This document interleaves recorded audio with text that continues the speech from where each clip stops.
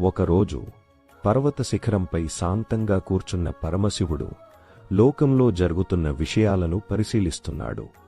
అప్పుడు ఆయన కుమారుడు కుమారస్వామి దగ్గరకు వచ్చాడు. తండ్రి అని నమస్కరిస్తూ అడిగాడు, ఈ లోకంలో కొందరు ఎందుకు ఇతరులను అవమానిస్తారు? మరి అవమానం ఎదురైనప్పుడు మనం ఎలా ఉండాలి? శివుడు స్వల్పంగా చిరునవ్వు నవ్వి చెప్పాడు, కుమారా, అవమానమనేది అగ్నిలాంటిది.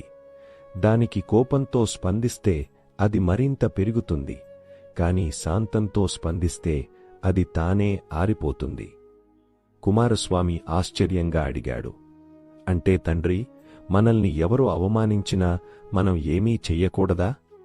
శివుడు మెల్లగా సమాధానమిచ్చాడు, ప్రతిసారీ మాటతోనే గెలవాల్సిన అవసరం లేదు కుమారా.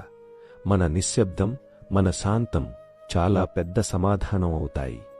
ఎవరో చెడు మాటలు మాట్లాడితే అది వారి స్వభావం చూపిస్తుంది, కాని మనం ఎలా స్పందిస్తామో అది మన గొప్పతనాన్ని చూపిస్తుంది. అప్పుడు కుమారస్వామి తల వంచి చెప్పాడు, ఇప్పుడర్థమైంది తండ్రి. గెలవడం అంటే ఎదుటివారిని ఓడించడం కాదు, మన మనసును నియంత్రించడం.